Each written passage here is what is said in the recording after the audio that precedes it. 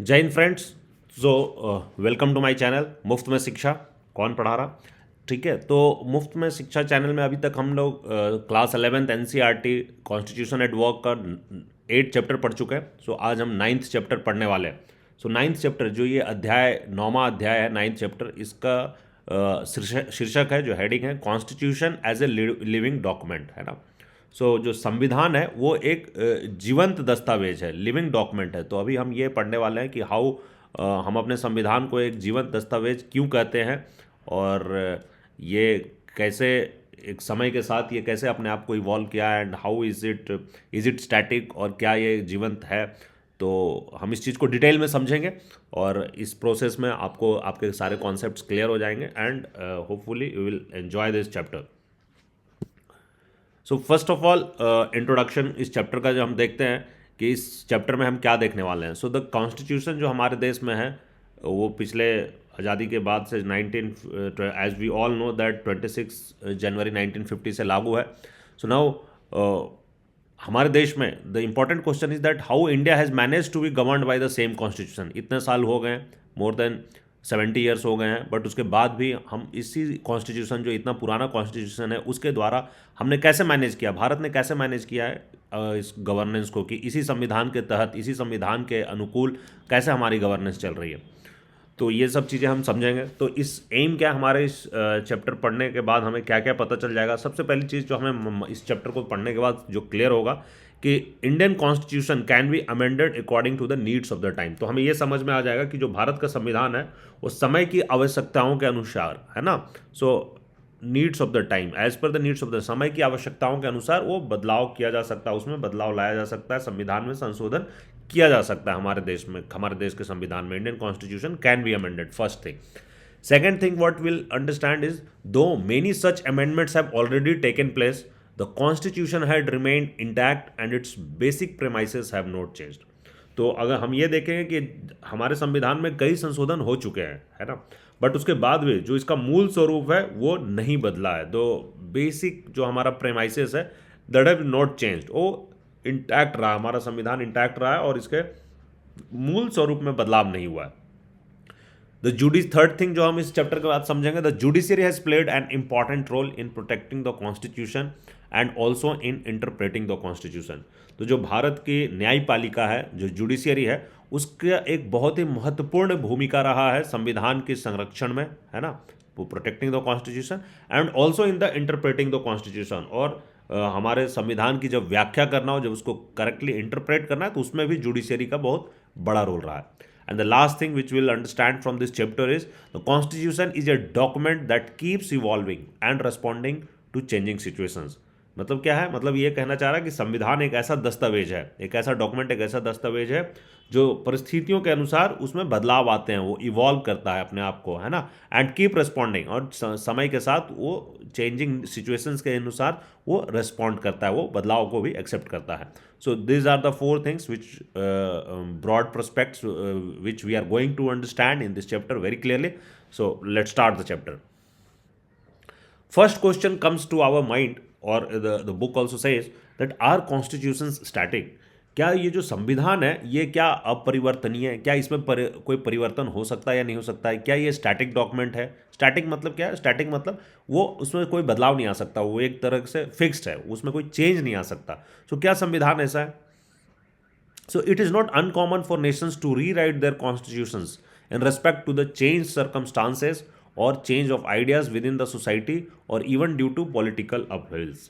So होता क्या है कि बहुत सारे देशों में ऐसा देखा गया है कि जो संविधान है वो कई बार बदले गए ड्यू टू पॉलिटिकल अपविल्स, जो कई कई कई कई बार राजनीतिक जो उठापटक होती है उसके कारण से भी विभिन्न राष्ट्रों में संविधान बदला गया है। और कभी कभी सिचुएशंस ऐसे हुए हैं, सरकमस्टांसेस ऐसे हुए हैं, तो उनके कारणवश भी संविधान बदलाव किए गए हैं। बहुत सारे देशों में ऐसा है। लाइक यहाँ एक एग्जांपल दिया है कि द सोवियत यूनियन आप लोग सब जानते हैं कि आज के देश में जो रशिया है और कुछ अन्य विभिन्न रशिया के आसपास के जो राष्ट्र हैं, नेशंस है, वो पहले एक सोवियत संघ के रूप में थे। तो जो सोवियत संघ क्या है कि इनका संविधान 74 सालों के इनके जो लाइफ रही, सोवियत संघ जो 74 सालों तक रहा अपने विघटन से पहले, तो उसमें 4 बार इनके संविधान में बदलाव, 4 बार संविधान बदल दी। संविधान बदल दी कि मतलब not, I am not talking about amendment, amendment नहीं हुआ, संविधान ही बदली गई, अलग संविधान हुआ। 1918 में इनका अलग संविधान था, फर्स्ट संविधान। देन 1924 में एक नया संविधान आया, 1936 में नया संविधान, और 1977 में फिर से संविधान में बदलाव हुआ। सो 74 सालों में 4 संविधान चली। And in 1991 the rule of the communist party of the Soviet Union came to an end. So ये आप लोगों को मालूम होगा, बहुतों को मालूम होगा कि 1991 में जो कम्युनिस्ट पार्टी का जो रूल था सोवियत संघ में, सोवियत संघ का विघटन हुआ और कम्युनिस्ट पार्टी के रूल का खत्म हुआ। So and soon the Soviet federation disintegrated है। So after this political upheaval the newly formed Russian federation adopted a new constitution in 1993। तो 1993 में एक नया संविधान अडॉप्ट कर लिया गया रशियन फेडरेशन के द्वारा। सो हम देखते हैं कि इतने बड़ी ताकतवर कंट्री, इतनी पावरफुल कंट्री एंड इतनी विशालकाय कंट्री में भी संविधान अगर आप देख रहे हैं तो 1918 से अगर हम आप देख रहे हैं तो 1918 से 1993 में 5 संविधान आ गए। बट लुक एट इंडिया, हमारे देश को देखिए, भारत को देखिए। The constitution of India was adopted on 26 नवंबर 1949। ये हम सब जानते हैं कि 26 नवंबर 1949 को संविधान अडॉप्ट किया गया हमारे देश में, और इस संविधान को इम्प्लीमेंट किया गया था। इम्प्लीमेंटेशन फॉर्मली स्टार्टेड फ्रॉम 26 जनवरी 1950। सो ये चीज़ आप सबको क्लियरली थोड़ा समझ जाइए कि जो हमारे देश का जो संविधान है उसका एडॉप्शन 26 नवंबर 1949 को हुआ है। भारतीय संविधान 26 नवंबर 1949 को अंगीकृत कर लिया गया, एडॉप्ट कर लिया गया।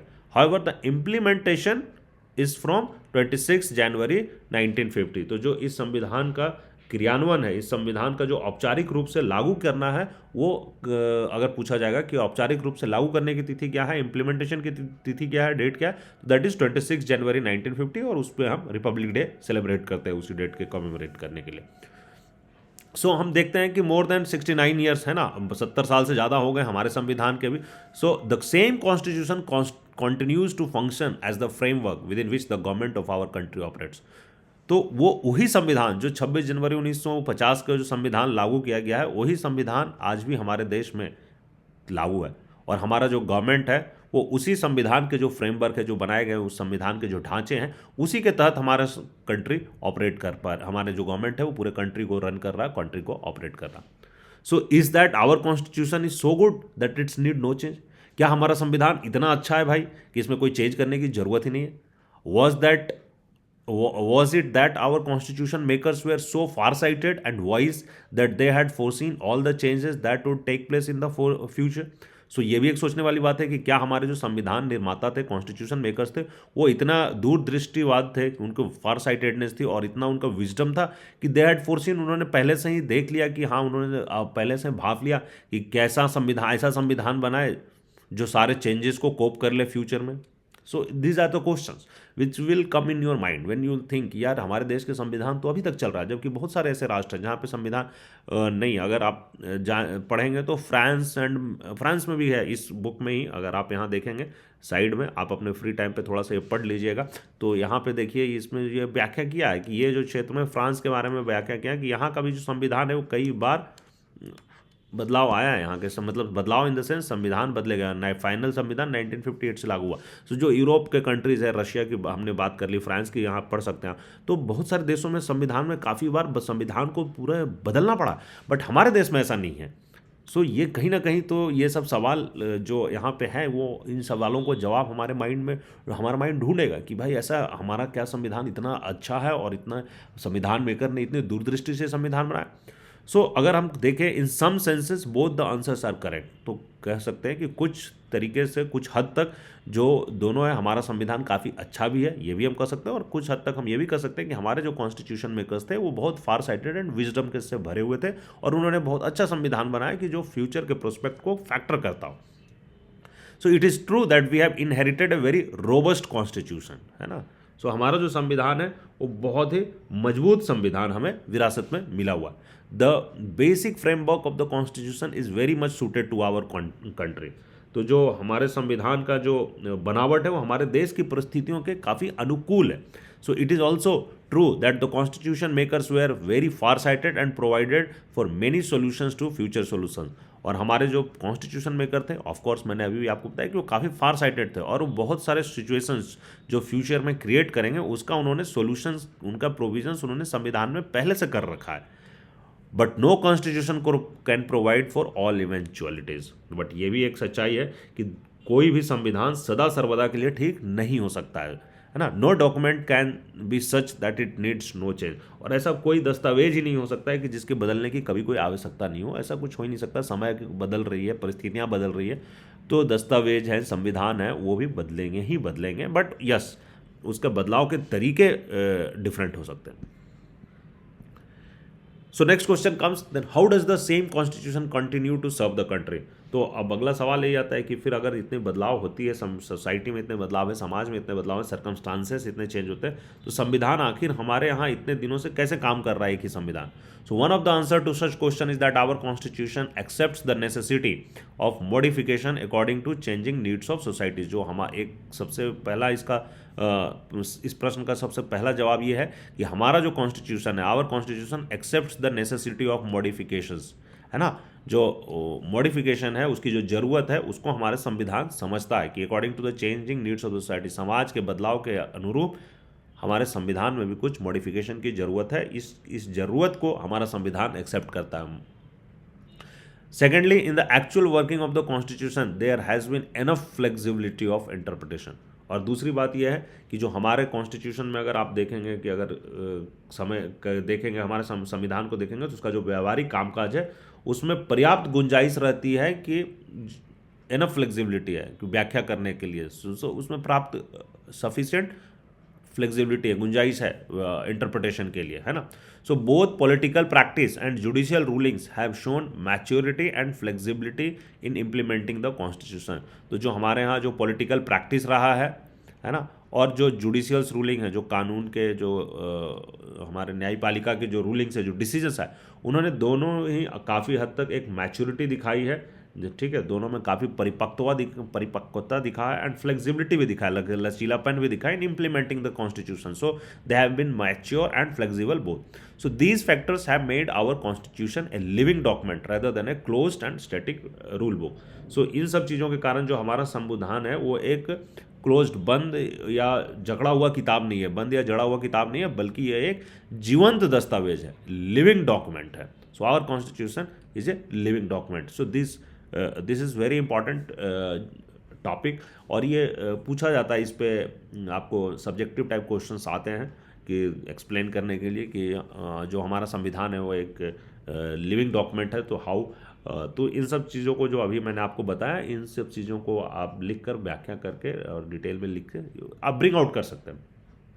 एंड वेरी रिसेंटली हमारे जो अभी चीफ जस्टिस ऑफ इंडिया जो अभी रिटायर हो गए हैं, बट जो अभी जस्ट लेटेस्ट रिटायर हुए हैं, DY चंद्रचूड़ जी, जस्टिस चीफ DY चंद्रचूड़, उन्होंने भी इस पे एक काफ़ी उनका एक सेमिनार हुआ था। I think if I am not correct, इस पे उन्होंने कहीं तो एक काफ़ी अच्छा लेक्चर दिया था। So that was very good. So what I want to bring out here कि yes, it is very much correct that our constitution is a living document. In any society, those responsible for drafting the constitution at a particular time would face one common challenge. So हम इस बात पे आते हैं कि कोई भी समाज में जो संविधान को ड्राफ्ट करने के लिए जिम्मेदार होंगे, उनको एक कॉमन चैलेंज आता है। संविधान में निर्माताओं को एक कॉमन चैलेंज आता है। क्या आता है? The provisions of the constitution would naturally reflect efforts to tackle the problems that the society is facing at the time of making the constitution. तो ये बात तो है कि जो हमारे जो कोई भी संविधान होगा, उसके जो प्रोविजंस होंगे वो स्वभावतः नेचुरल है कि वो उस समय के जो प्रॉब्लम्स है उसको टैकल करने के जो तरीके हैं, है ना, उसको तो उस संविधान में उनके प्रोविजंस होंगे, वो रिफ्लेक्ट करेगा। At the same time the constitution must be a document that provides the framework of the government for the future as well. So उसके साथ ही साथ यह भी जरूरी है कि जो संविधान हो वो एक ऐसा दस्तावेज हो, है ना, एक ऐसा डॉक्यूमेंट हो जो भविष्य के लिए framework for the future as well. तो जो भविष्य में आने वाली परिस्थितियां हैं उसके बारे में भी एक सरकार को एक ढांचा प्रोवाइड करे, एक फ्रेमवर्क प्रोवाइड करे।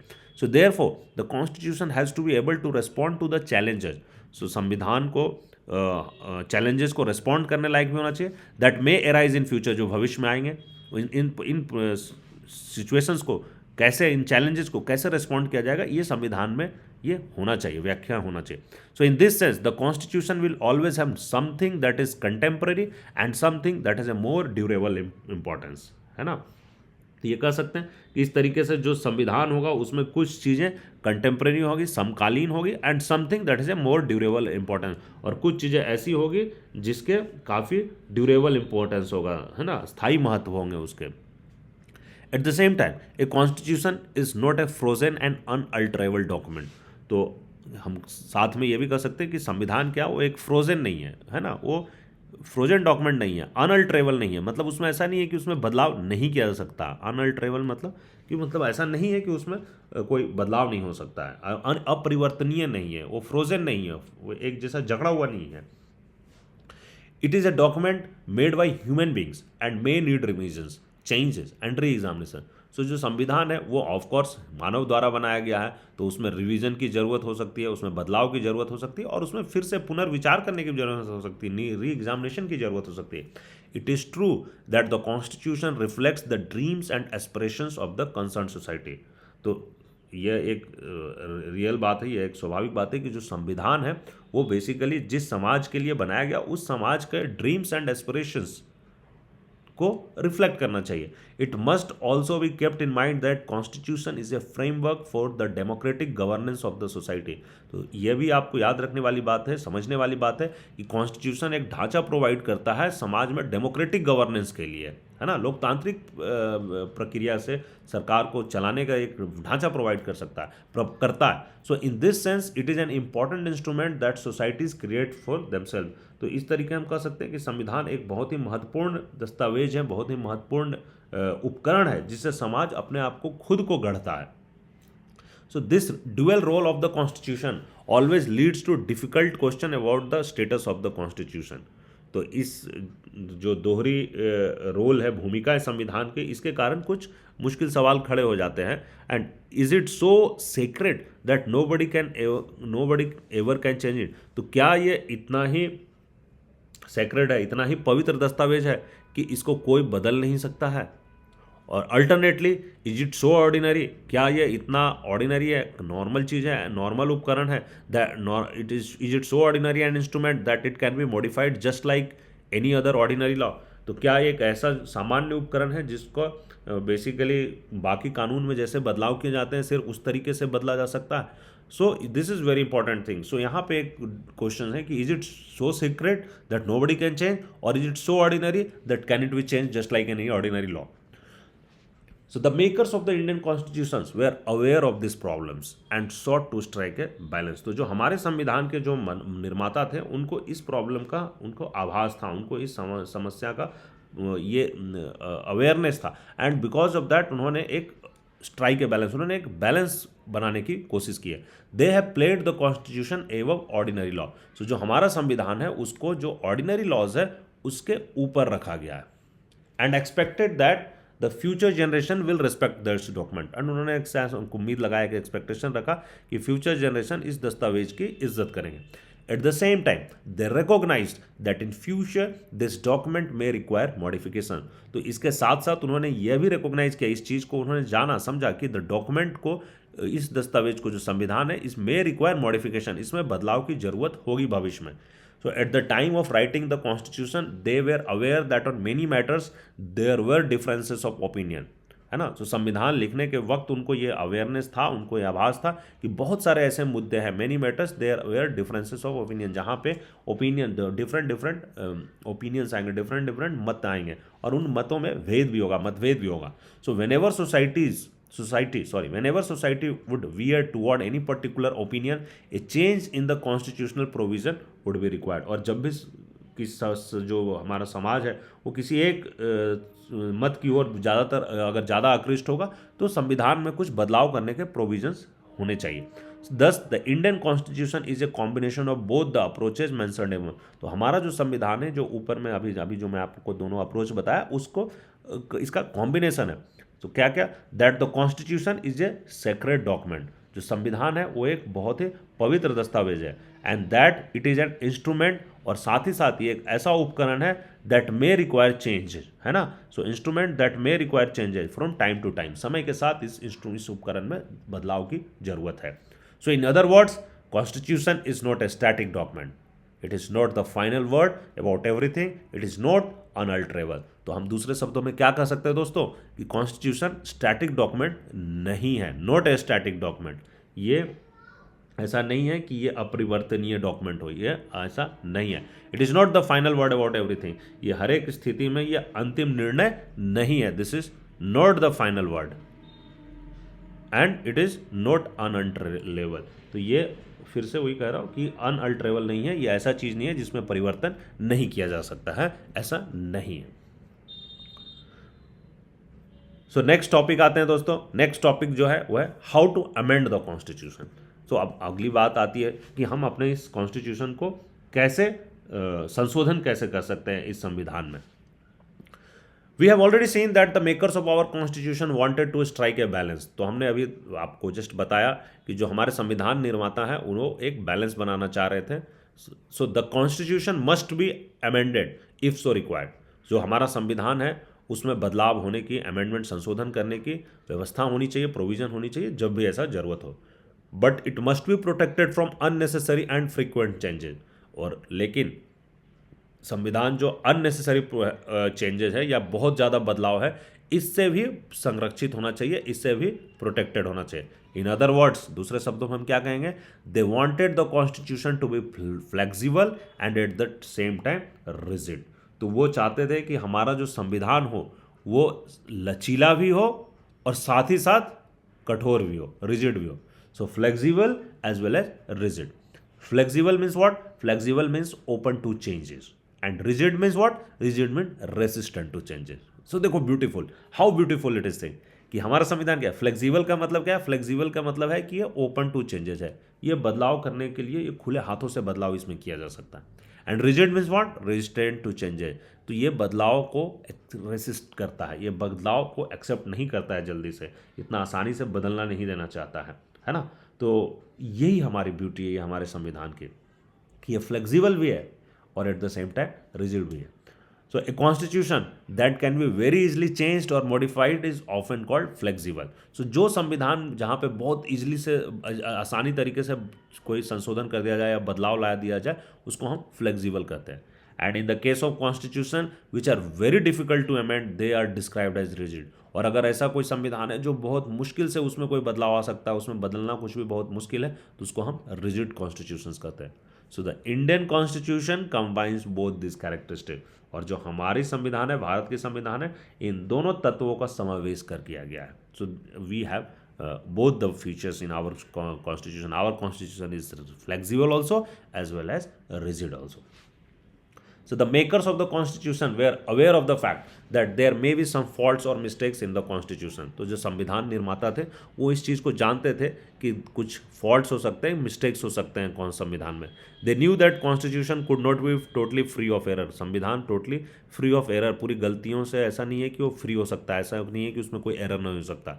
सो whenever such mistakes should come to light, they wanted the constitution to be easily amended and to be able to get rid of this mistake. तो जब भी ऐसी चीज़ें, ऐसी कोई मिस्टेक जो है, गलतियाँ वो प्रकाश में आएगी, तो हमारे मेकर्स चाहते थे कि संविधान ऐसा हो कि वो आसानी से उसमें संशोधन किया जा सके और इन सब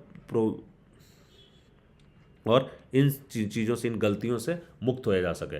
सो then there were some provisions in the constitution that were of temporary nature and it was decided that these could be altered later on once the new parliament was elected. So संविधान में भी ऐसे कुछ सारी चीज़ें थी, कुछ प्रावधान थे जो टेम्पररी नेचर के थे और उसमें डिसीजन लिया गया था कि जब नया पार्लियामेंट का गठन होगा तो इस चीज़ों को बदल दिया जाएगा। But at the same time the constitution was framing a federal polity.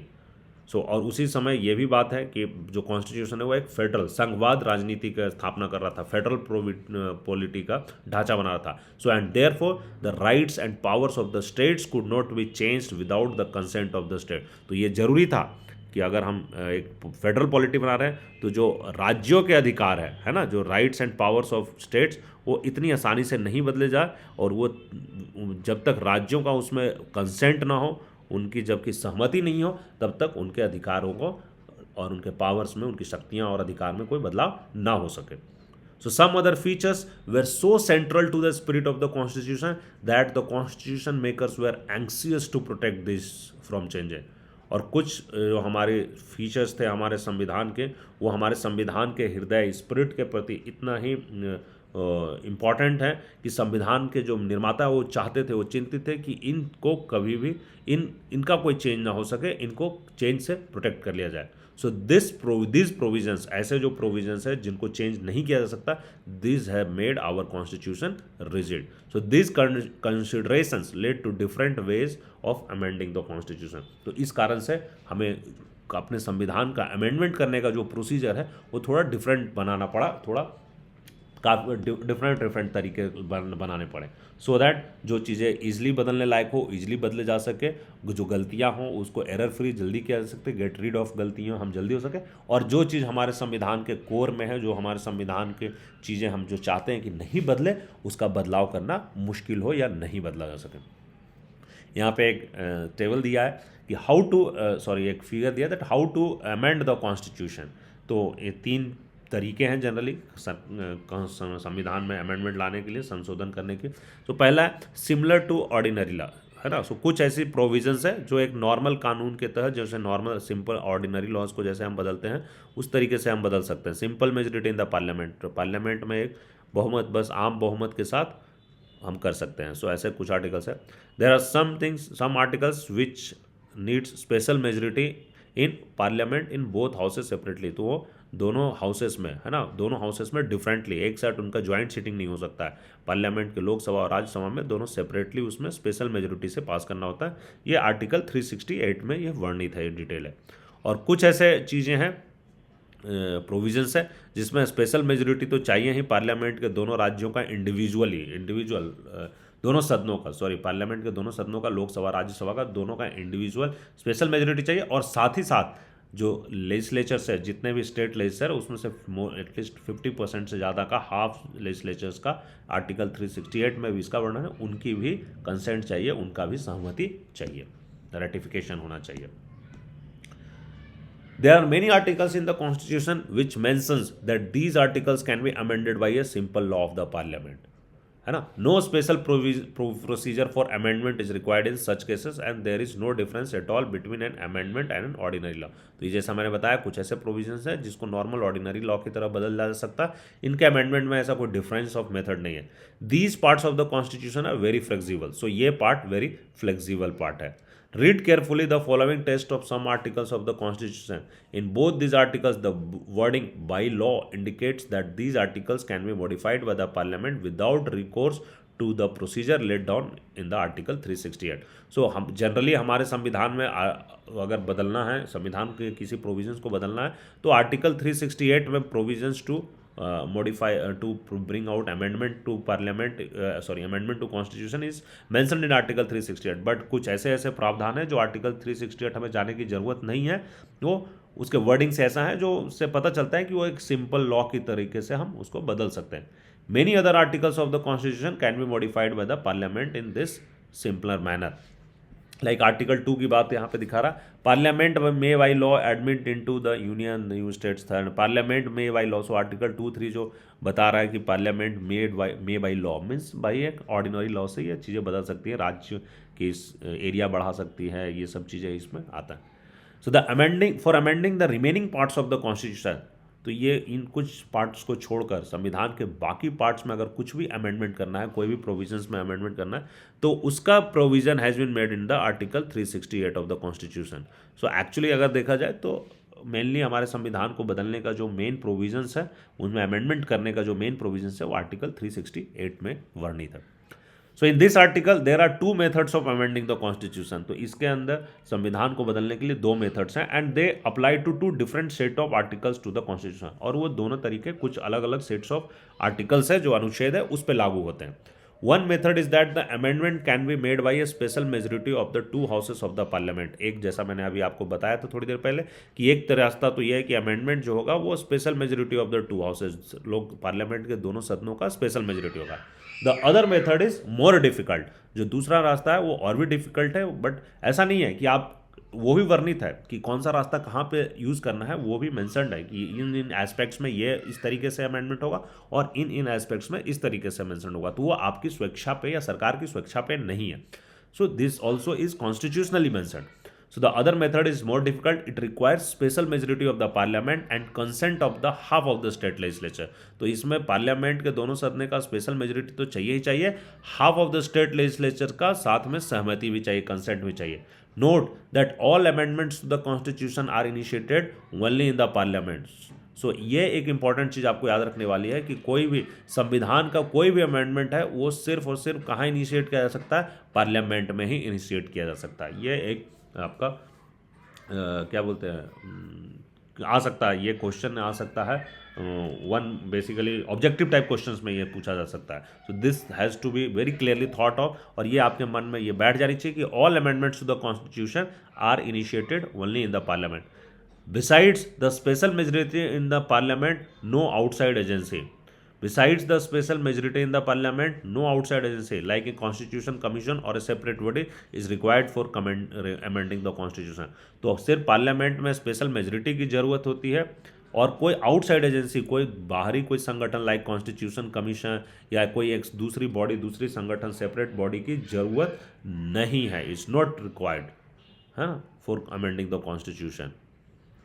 सो ये लिखा है कि बेसिकली सिर्फ ज़रूरत किसकी है, तो पार्लियामेंट में स्पेशल मेजोरिटी की ज़रूरत है, बाकी किसी चीज़ की ज़रूरत नहीं है। Similarly after the passage in the parliament and in some cases in state legislatures no referendum is required for ratification of the amendment. और कुछ जगहों पे अगर हम देखते हैं कि अगर पार्लियामेंट में स्पेशल मेजोरिटी हो गया तो कुछ केसेस में स्टेट लेजिस्लेचर का रेटिफिकेशन, 50% स्टेट लेजिस्लेचर का कंसेंट की ज़रूरत है, उनका रेटिफिकेशन का ज़रूरत है, बट कहीं भी रेफरेंडम की ज़रूरत नहीं है, जनमत संग्रह की आवश्यकता नहीं है, जनता के द्वारा उसमें वोटिंग नहीं करवाया जा सकता कि अमेंडमेंट है या नहीं है, इसकी ज़रूरत नहीं है। An amendment bill like all other bills goes to the president for his assent. तो जैसा नॉर्मल बिल की तरह अमेंडमेंट बिल भी प्रेसिडेंट के पास एसेंट के लिए जाता है, बट लेकिन क्या है इन दिस केस, इस केस में क्या है, president has no powers to send it back for reconsideration. President के पास कोई शक्ति नहीं है कि इसको रिकंसिडरेशन के लिए वापस भेजें, नहीं। अगर स्पेशल मेजोरिटी से पास हो गए कॉन्स्टिट्यूशनल अमेंडमेंट बिल अगर गया है तो president has no powers to send it back for reconsideration. This detail show, ये दिखाता है कि how rigid and complicating the amending procedures could have been. तो हमारा जो अमेंडमेंट का प्रक्रिया है वो रिजिड भी है, ये यहाँ पे दर्शाता है। Our constitution avoid this complications. तो हमारा संविधान जो है कुछ कॉम्प्लिकेशंस को अवॉइड करता है। This makes the amendment procedures relatively simple, but more importantly this process underlines an important principle, जो एक only elected representatives of people are empowered to consider and take final decisions on the question of amendment. Thus, sovereignty of the elected representatives, parliamentary sovereignty is the basis of the amendment procedure. So यहाँ पे क्या है कि only elected representative, सिर्फ जो चुने हुए representatives है, जो जनता के द्वारा चुने हुए रिप्रेजेंटेटिव है, they are empowered to consider and take final decision. सिर्फ उनके पास हो सकती है फाइनल डिसीजन ले सकते हैं कि अमेंडमेंट कैसे होगा, अमेंडमेंट के ऊपर सिर्फ उनका पावर है, उनकी शक्ति है। सो ये एस्टेब्लिश क्या करता है, ये पार्लियामेंट्री सोवरेंटी जो जनता के द्वारा चुनी हुई है, इलेक्टेड प्रतिनिधियाँ हैं, निर्वाचित प्रतिनिधियों हैं, और या फिर संसदीय संप्रभुता को एस्टेब्लिश करता है। सो ये टॉपिक खत्म हो गया। Next topic is special majority. So in chapters on election, executive and judiciary, we have come across the provisions that require special majority। तो जब मैं आप लोगों को इलेक्शन, एग्जीक्यूटिव और जुडिशरी ये चैप्टर का जब मैंने लेक्चर लिया था तो उसमें बहुत जगह पे मैंने स्पेशल मेजोरिटी शब्द का इस्तेमाल किया। इस चैप्टर में भी मैं अभी आपको स्पेशल मेजोरिटी लोकसभा राज्यसभा में उसकी बात कर रहा था। So let us repeat again what special majority means. तो स्पेशल मेजोरिटी का क्या मतलब है, हम इसको फिर से समझ लेते हैं। Ordinarily, all business of the legislature requires that a motion or resolution or a bill should get support of a simple majority of the members voting at the time. So सामान्यतः क्या होता है कि लेजिस्लेचर के जितने भी कार्य हैं ना, बिजनेस है, दैट रिक्वायर्स ए मोशन और रेजोल्यूशन, वो should get a support of simple majority. मतलब सिंपल मेजोरिटी मतलब कि जितने लोग हैं उससे सिर्फ सिंपल मेजोरिटी चाहिए 50% से ऊपर. So suppose that at the time of voting A bill, जब बिल के वोट हो रहा है, जिस उस पे बिल पे वोटिंग हो रही है, तो 247 मेंबर्स वेयर प्रेजेंट. उस समय सपोज दैट मान लिया जाए कि जब वोटिंग हो रही है उस समय 247 मेंबर्स उपस्थित है इन द हाउस में, and all of them participated in the voting on the bill. और 247 लोग जो जितने उपस्थित हैं उन्होंने वोटिंग में पार्टिसिपेट किया. Then the bill would be passed if at least 124. So तो इस बिल को माना जाएगा कि ये बिल को पारित माना जाएगा at least 124 members voted in favour of the bill.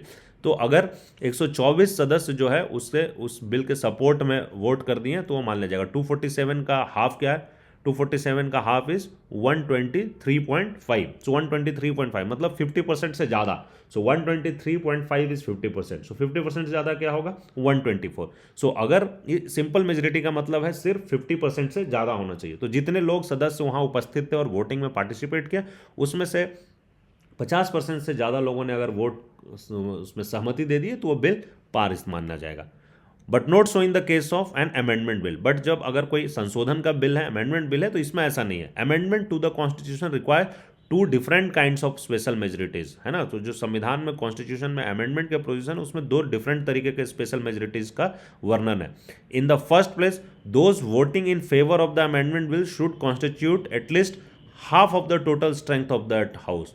सो सबसे पहली बात क्या है कि जो voting in the favour of the amendment bill, जो अमेंडमेंट बिल के साथ सपोर्ट में, फेवर में वोट कर रहे हैं, should constitute at least half of the total strength.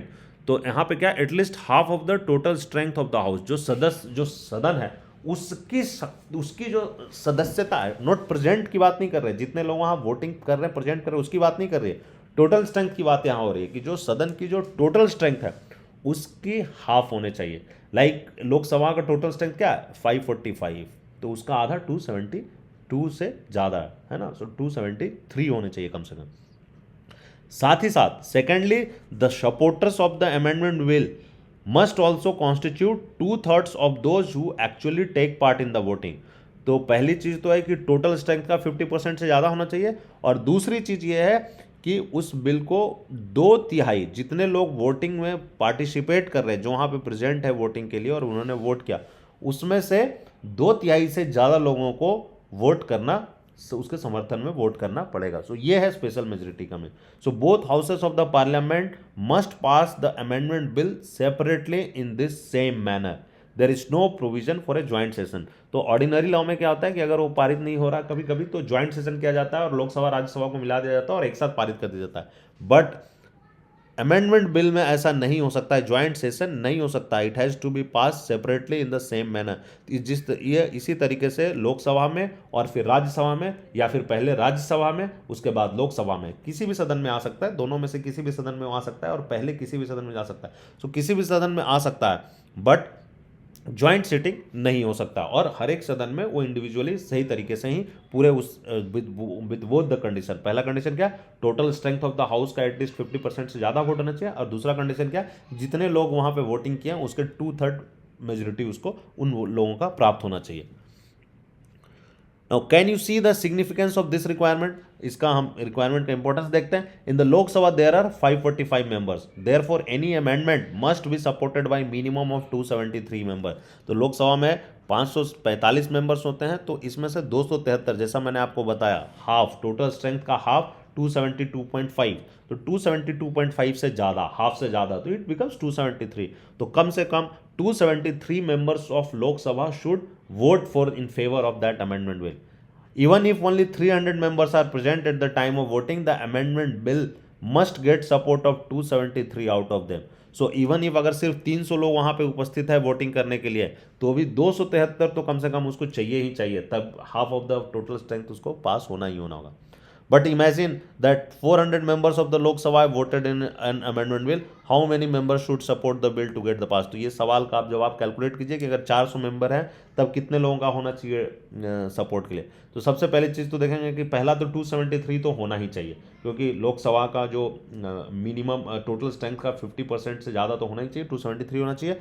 और फिर हम देखेंगे कि 400 का 2/3 कितना होता है। तो सो 400 का 2/3 कितना होगा, 266 पॉइंट समथिंग आएगा। तो 267 मेंबर्स होना चाहिए। So again in this case also 273 तो होने ही होंगे इस केस में भी। In addition to this both the houses must pass the amendment bill with special majority separately. और इसके साथ साथ ये भी याद रखने वाली चीज़ है कि जो दोनों सदन है वो इंडिविजुअली अपने अपने सदन में स्पेशल मेजोरिटी पास करेगी separately. This means that unless there is sufficient consensus over the proposed amendment it cannot be passed। तो इसका ये मतलब है कि भाई जब तक sufficient consensus नहीं होगा, इतने लोगों की consensus नहीं होगी एक sufficient मात्रा में, ये amendment bill पास नहीं हो सकता। So if the party in the power enjoys very thin majority it can pass legislation of its choice and can get budget approved even if the opposition does not agree। सो अगर कोई party जो सत्ता में है वो उसकी majority बहुत ही थीन है, वो बहुत कमज़ोर सरकार है, मतलब बस मेजोरिटी के आसपास ही है, so that can pass the legislation. वो कोई भी कानून अपने चॉइस का पास तो कर सकता है, बजट भी अप्रूव कर सकता है अपोजिशन के, इवन इफ अपोजिशन का एग्रीमेंट में हो या ना हो। But it would need to take at least some opposition parties into confidence if it wanted to amend the constitution. But अगर उसको संविधान में बदलाव करना है तो कुछ अपोजिशन पार्टीज के मेंबर्स को भी उसको कॉन्फिडेंस में लेना होगा। So the basic principles behind the amending procedure is that it should be based on the broad support among the political parties and parliamentarians. तो ये जो पॉलिटिकल पार्टीज और जो पार्लियामेंटेरियंस है इनका ब्रॉड सपोर्ट होना चाहिए। यही बेसिक प्रिंसिपल है, यही निहित प्रिंसिपल है, सिद्धांत है इसके पीछे, स्पेशल मेजोरिटी के पीछे। Now the next topic is ratification by the states. So for some articles of the constitution special majority is not sufficient, है ना। बहुत सारे कुछ ऐसे आर्टिकल्स है जिसके लिए सिर्फ और सिर्फ विशेष बहुमत जो है स्पेशल मेजोरिटी वो पर्याप्त नहीं है। वहाँ पे रेटिफिकेशन बाय स्टेट्स, राज्यों द्वारा अनुमोदन की भी जरूरत है। आगे हम देखते कैसे। So when an amendment aims to modify an article related to distribution of powers between the states and the central government or articles related to representation, it is necessary that the states must be consulted and they give their consent। so अगर कुछ ऐसा amendment लाया जा रहा है जो M करता है, जिसका लक्ष्य है कौन सा, powers between states and central government, central government and state government के डिस्ट्रीब्यूशन ऑफ पावर पे वो फैक्टिंग करता है ना, या स्टेट्स का रिप्रेजेंटेशन, लोगों की प्रतिनिधित्व का से जुड़ा हुआ आर्टिकल है। And in that cases states must be consulted, इनमें स्टेट्स को कंसल्ट करना होगा एंड उनको अपना कंसेंट देना होगा। So we have studied the federal nature of the constitution, हमने अपने संविधान का जो संघीय नेचर है, प्रकृति है, वो हमने पढ़ा है। Federalism means that the power of the states must not be at the mercy of the central government. तो फेडरलिज्म, संघवाद का क्या मतलब है, संघवाद का मतलब है कि जो राज्यों की शक्तियां हैं वो केंद्र की शक्तियों के मर्सी दया पे नहीं है। The Constitution has ensured this by providing that legislatures of the half the states have to pass the amendment bill before the amendment comes into the effect। So कोई भी amendment bill जो इन चीज़ों से, जो राज्यों से जुड़ा हुआ, ऊपर मैंने जैसा बताया इन राज्यों के इन मुद्दों से जुड़ा हुआ अगर कोई amendment bill लाया जा रहा है तो कॉन्स्टिट्यूशन में ऐसे प्रावधान है कि वो तभी लागू किए, उसको लागू करने से पहले, उसको उस अमेंडमेंट एक्ट को फोर्स में आने से पहले क्या करना होगा, हाफ ऑफ द लेजिस्लेचर्स, है ना, स्टेट लेजिस्लेचर को उस अमेंडमेंट बिल को पास करना होगा, रेटिफाई करना होगा। We can say that for some parts of the constitution greater और wider consensus is polity is expected. तो हम कह सकते हैं कि संविधान के कुछ प्रावधानों के लिए काफ़ी बड़े मात्रा में कंसेंसस की जरूरत है, पॉलिटिकल कंसेंसस की जरूरत है। This provision also respects the states and gives them participation in the process of amendment. तो ये राज्यों को इज्जत भी देता है और उनका अमेंडमेंट के प्रक्रिया में उनका पार्टिसिपेशन भी लाता है। So at the same time care is taken to keep this procedure somewhat flexible even in its more rigid format. Consent of only half the states is required and simple majority of the state legislature is sufficient. तो दो ये थोड़ा सा rigidity भी provide करता है, but at the same time इस procedure को थोड़ा बहुत समवॉट फ्लेक्सिबल भी रखा गया। कैसे समवॉट फ्लेक्सिबल? क्या इतना रिजिड फॉर्मेट को भी समवॉट फ्लेक्सिबल कैसे रखा कि consent of all the state नहीं है, consent of only half the states. So 50% states का ही कंसेंट चाहिए एंड स्टेट्स लेजिस्लेचर में सिर्फ सिंपल मेजोरिटी चाहिए, simple majority in states. So somewhat flexibility has been kept. Thus, the amendment process is not impracticable even after taking into consideration this more stringent condition. तो ये stringent condition में भी हम ये कह सकते हैं कि जो संशोधन की प्रक्रिया है ये इम्प्रैक्टिबल नहीं है ना। ऐसा नहीं है कि ये किया ही नहीं जा सकता, ये प्रैक्टिस में लाया ही नहीं जा सकता, ये लाया जा सकता है। प्रैग्मेटिक अप्रोच है, दो it's a stringent but yes it's a practicable thing. So we may summarize that the Constitution of India can be amended through large-scale consensus and limited participation of the states. तो हम कह सकते हैं कि जो संविधान है, भारत का संविधान है, वो लार्ज स्केल कंसेंसस के साथ और राज्यों के लिमिटेड पार्टिसिपेशन के साथ बदला जा सकता है। The founding fathers took care that constitution would not be open to easy tampering. So हमारे जो फाउंडिंग फादर थे, संविधान के जो फाउंडिंग फादर थे, उन्होंने देखा कि जो कॉन्स्टिट्यूशन है वो इजीली टेम्पर नहीं किया जा सकता and at future generations were given the right to amend. और बट उसके साथ उन्होंने फ्यूचर जनरेशन को क्या प्रोवाइड किया? राइट टू अमेंड, संशोधन का right, and modify according to the needs and requirements of the time. समय के हिसाब से, आवश्यकताओं के हिसाब से भावी पीढ़ियों को उसमें ज़रूरत बदलाव और अमेंडमेंट करने का प्रोविजंस भी छोड़ा।